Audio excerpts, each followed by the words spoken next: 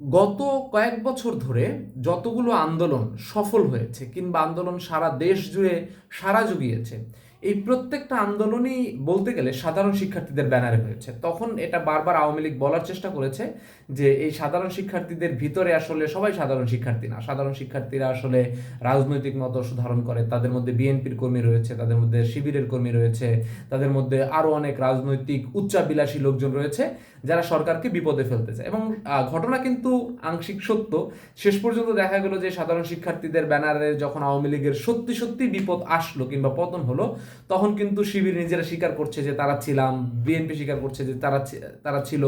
এরকম করে কিন্তু এখন আমরা বুঝতে পারছি যে আওয়ামী লীগের যে ক্লেমটা ছিল যে এর মধ্যে রাজনৈতিক উদ্দেশ্য প্রণোদিত লোক রয়েছে এবং সেটা আওয়ামী লীগ সরকারের পতন ঘটাতে চায়। আবার বর্তমানে আপনারা দেখবেন বিশ্ববিদ্যালয়গুলোতে এখন যেই সমস্ত রাজনৈতিক দলগুলোর দলীয় প্রভাব রয়েছে তাদের বিরুদ্ধে একটা সাধারণ মত তৈরি হচ্ছে।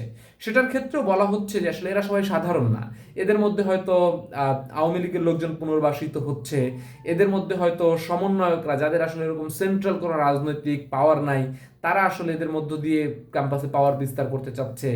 দিন শেষে আওয়ামী লীগের রাজনীতি নাই, বিএনপির রাজনীতি ধ্বংস করে একটা তৃতীয় একটা গ্রুপ রাজনৈতিক উচ্চাবিলাসী লোকজন এখানে রাজনীতি করতে চাচ্ছেন। দুইটা গ্রুপকেই বা দুইটা সময় নালিফাই করার প্রসেসটা কিন্তু আসলে সেম।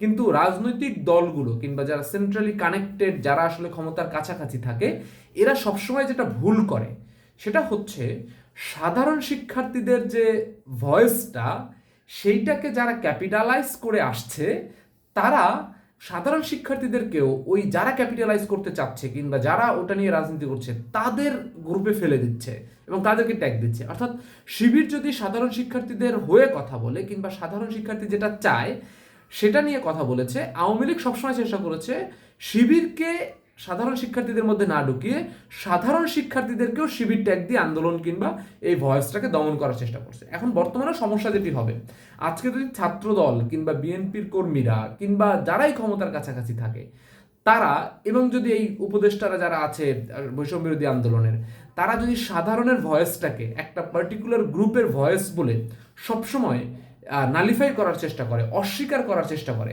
এতে কিন্তু আসলে দিন শেষে পরিণতি ভালো হয় না। কেন এটা বলছি? কারণ হচ্ছে যখন কোটা সংস্কারের আন্দোলন হচ্ছিল তখন কিন্তু এটা এমন না যে এটা শিবিরের কোনো ব্যক্তিগত কিংবা দলীয় এজেন্ডা ছিল কিংবা বিএনপির কোনো ব্যক্তিগত কিংবা দলীয় এজেন্ডা ছিল। ঘটনাটা যেটা ছিল, এই দাবিটা আসলে সাধারণের দাবি ছিল।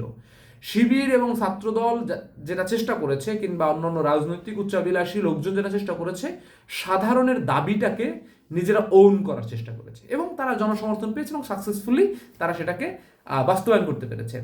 এখন যদি যে কোনো গ্রুপই হোক, সেটা যদি আওয়ামী লীগের একটা আগের বি টিমও আমরা বলি কিংবা যদি সেটা শিবির বলি কিংবা যদি বৈষম্য ছাত্র আন্দোলন বলি, কিন্তু যে গ্রুপ বলি, তারা যদি সাধারণের ভয়েসটাকে ক্যাপিটালাইজ করতে পারে, যদি সাধারণের কথাটা নিজেদের মুখ দিয়ে বলতে পারে, বলে যদি আর কোনো একটা রাজনৈতিক গ্রুপ তারা যদি সাধারণের বিপক্ষে গিয়ে দাঁড়ায়, তাহলে কিন্তু আপনি শুধুমাত্র এই বাক্যটা বলাই শেষ কথা না, কিংবা তাদেরকে তারা যে অন্য কোনো মতাদর্শ আছে কিংবা তারা যে অন্য কোনো আইডেন্টিফাই, তাদের পলিটিক্যাল উদ্দেশ্য আছে, এইটা বলে তাদেরকে নালিফাই করলেই কিন্তু আপনার দায়িত্ব শেষ হয়ে যায়। কারণ সাধারণ মানুষের মধ্যে যে চাহিদা, সেই চাহিদাটাকে আমাদের অ্যাকনলেজ করতে হবে। যেমন ছাত্র রাজনীতি বন্ধের আলাপ উঠছে, এখন যদি আমরা এক বাক্যে বলে দিই যে না, এটা আসলে এখন যেহেতু ছাত্রলীগ না, এটা ছাত্রলীগের দাবি, তাহলে কিন্তু সাধারণ শিক্ষার্থীরা ট্রিগার্ড হচ্ছে যে না, আমি তো ছাত্রলীগ করছি না, কিন্তু আমাকে কেন ছাত্রলীগ বলা হচ্ছে, কিংবা আমি তো শিবির করছি না, আমাকে কেন শিবির বলা হচ্ছে, আমি তো বৈষম্য ছাত্র আন্দোলনের নেতা হতে চাচ্ছি না, তাহলে আমাকে কেন এই ট্যাগটা দেওয়া হচ্ছে।